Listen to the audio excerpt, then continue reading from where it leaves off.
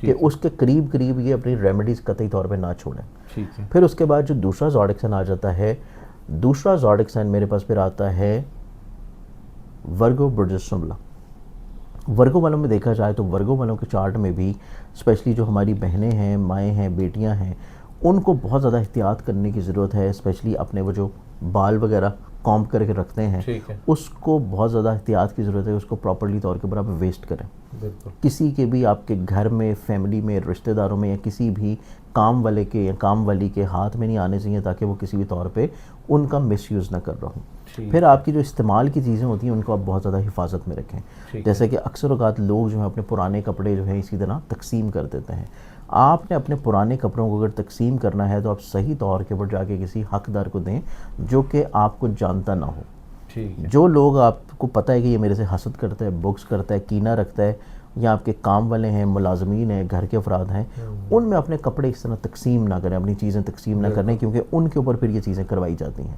تو یہ 2 سے 3 چیزوں کا خیال رکھنا ہے کہ ایک آپ کا وہ کنگھا, برش جس سے آپ بال اپنے روز بناتے ہوں, پھر آپ کے اپنے جو بال جو کہ ٹوٹتے ہیں ان کا ویسٹ کرنا پراپرلی طور پہ, پھر آپ کے جو استعمال کی پرسنل چیزیں ہوتی ہیں جن میں کپڑے اسپیشلی طور پہ آ جاتے ہیں, ان کو بھی آپ نے اگر کسی کو دینا ہے تو وہ چیریٹی کے اداروں میں دے دیں, تاکہ وہ ان لوگوں کو جا کے مل رہے ہوں جو کہ مستحق بھی ہیں اور وہ آپ کے خلاف اس کو استعمال بھی نہ کر سکیں.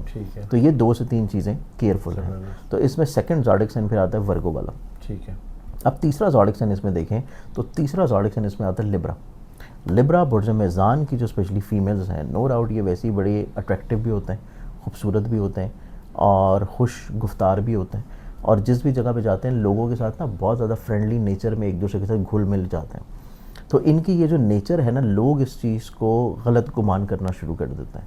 یہ اپنے طور کے پر لوگوں کے ساتھ اچھا ریلیشن, اچھی دوستی اور اچھی خوش گفتاری کی طرف ہوتے ہیں کہ لوگوں کے ساتھ اچھا وقت سپینڈ ہو, ایک جو ہے ملنساری کا وقت سپینڈ ہو, لیکن دوسرے لوگ اس کو غلط گمانی کی طرف لے کے جاتے ہیں. تو ان کو زندگی میں پھر لوگوں کی حسد, بغض, منفی پروپیگنڈا اور ان کے اوپر اپنے ان کے حواس کو اپنے کنٹرول میں کرنے کے لیے کچھ نہ کچھ کروانا, یہ ان لوگوں کے ساتھ بہت زیادہ ہوتا ہے. اور اسی سال میں کیونکہ گرہن کا جو لگنا ہے وہ لبرنز والوں کے لیے یہ چیز اور زیادہ سخت کر دے گا. اچھا. کہ لوگ ان کو کسی نہ کسی طور پہ اپنے کنٹرول میں کرنے کی کوشش کریں گے, کیونکہ یہ بہت زیادہ ایک تو پابندیوں میں نہیں رہتے, یہ بہت زیادہ جو ہے ایون جو ریلیجس کسٹمز ہوتے ہیں ان کو بھی یہ بہت زیادہ اتنا زیادہ کیئر نہیں کر رہے ہوتے. تو اس اعتبار سے بھی یہ ہر محفل میں جہاں پہ بھی ہوتا ہے نا, لوگوں کے ساتھ یہ بڑی آسانی سے گھل مل جاتا ہے. ہر جینڈر کے ساتھ جو ہے ان کی ایک دوستی والا بیہیویئر جو ہے وہ بڑی جلدی شروع ہو جاتا ہے. تو اس چیز کو ان کو یا تو کنٹرول کرنے کی ضرورت ہے یا پھر اپنا حفاظتی طور پہ سحر رکھنے کی ضرورت ہے. تو یہ تیسرا زوڈک سائن ہے جو کہ اس سال شدید اس چیز سے گزر سکتا ہے, اور وہ ہے لبرا.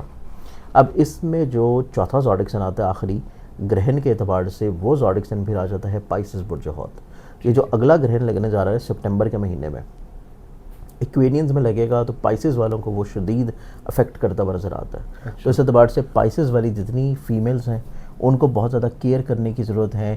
لوگ ان کو پائسس فورتھ ہے, لوگ ان کو مینیپولیٹ کرنے کی طرف جائیں گے, لوگ ان کو اپنے شکنجے میں رکھنے کی کوشش کریں گے, لوگ جو ہے ان کو خواب دکھا کے کیپچر کرنے کی کوشش کریں گے. تو اس اعتبار سے پائسس والوں کو چاہیے کہ اپنے شیل میں رہیں, اپنی حدود میں رہیں, اور اپنی جو فیلنگز یا جو چیزیں ہیں ان کو اسپیسیفک لوگوں تک ہی رکھیں, اور اسپیشلی اپنی ہر اس چیز کا خیال رکھیں جو کہ ان کے استعمال میں چل رہی ہوتی ہے, اور بہت زیادہ سوشلی طور کے اوپر اپنے آپ کو شو آف نہ کریں, نمایاں نہ کریں.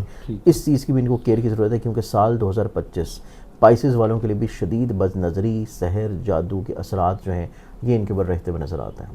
تو یہ ٹوٹلی 4 زوڈک سائنس ہیں جو کہ احتیاط کر رہے ہوں گے. اسپیشلی اس میں پہلی جو احتیاط کیئر میں نے بتائی ہے چاروں کے لیے یکسر ہے, اور وہ ہے نماز آیات کا پڑھنا. ٹھیک ہے. دوسری احتیاط جو کہ صدقہ کی ہے, اور جب بھی گرہن لگے 2 کلو ٹوٹا چاول اور 1 کلو باجرہ جو ہے وہ آپ مکس کر کے پرندوں کی, حشرات الرجز کی دعوت کی نیت سے ڈال دیں. ٹھیک ہے. تیسری جو احتیاط میں نے بتائی ہے جو کہ میں نے خود اس وقت حروف سوامت کا ایک رنگ تیار کی ہے, وہ آپ بنوا کے اگر پہن رہے ہیں تو پھر بھی آپ حفاظت میں رہیں گے کہ آپ کو کسی بھی طور پہ بد نظری والا ایلیمنٹ جو ڈیلی بیسس پہ ہوتا ہے وہ بھی نہیں ہوگا.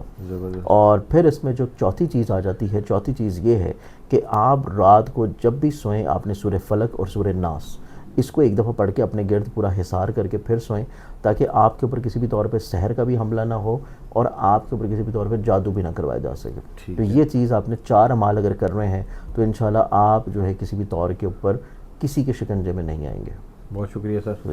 جانی صاحب ہمارے ساتھ موجود تھے وہ بروج کی خواتین جن پر کالا جادو ہو سکتا ہے 2025 میں، ایک گرہن اور ساتھ دوسرے گرہن تک جو سب یہ جادو ہونے کا اندیشہ ہے، اس کے لیے احتیاط بھی بتا دی اور صدقہ بھی بتا دیا۔ آپ بھی احتیاط کریں اور اپنے لیے بھی دعا کریں اور ہمارے لیے بھی دعا کریں کہ جی ایسی بلاؤں سے اللہ میاں ہر کسی کو ٹالے اور یہ بلائیں ہم سے دور ہی رہیں۔ بہت شکریہ سر۔ سلام پاکستان۔